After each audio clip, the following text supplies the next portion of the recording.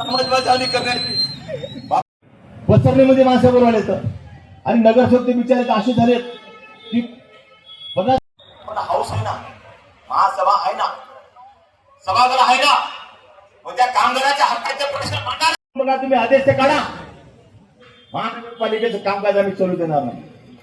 चाल आम्ही तुम्हाला सोडणार नाही. तुम्हाला रस्त्याला फिरणं सुद्धा मुश्किल होऊन जाईल. हे कामगार गेल्या 20 वर्षापासून या महानगरपालिकेच्या आज नांदेड वगळा शहर महानगरपालिका कामगार कर्मचारी युनियनच्या वतीनं महापालिकेतील सेवानिवृत्त कार्यरत स्वच्छता कामगार, कंपनीकडील कंत्राटी कामगार यांच्या विविध मागण्याच्या सोडवणुकीसाठी आज द्वारसभा आणि उद्याच्या तारखेमध्ये बाबासाहेब आंबेडकर यांच्या पूर्णकृती पुतळ्यापासून मोर्चाचं आयोजन करण्यात आलं होतं.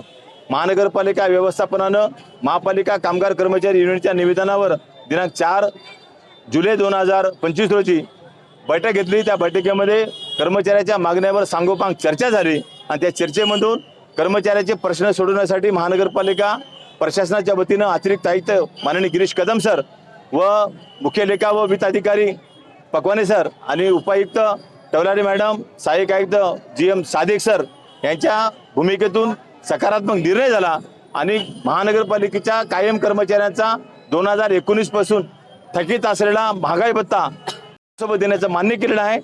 सेवानिवृत्त कर्मचाऱ्यांचे वेतन कोणत्याही परिस्थितीत महिन्याच्या 10 तारखेला करण्याचं त्यांनी लेखी आश्वासन दिलेलं आहे आणि कंत्राटी कर्मचाऱ्यांच्या प्रश्नावर सकारात्मक भूमिका घेऊन नवीन पद्धतीचं वेतन देण्याचं माननीय उपायुक्त अतिरिक्त आयुक्त यांनी मान्य केलेलं आहे.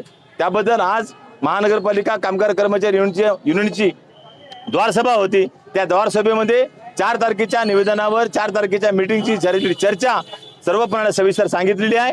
उद्याच्या 9 तारखेचा मोर्चा आंदोलन आम्ही रद्द करून उद्याच्या देश पातळीवरच्या बंदमध्ये महापालिका कामगार कर्मचारी फक्त मोर्चामध्ये सामील होणार आहे एवढी घोषणा करतो आणि थांबतो. धन्यवाद.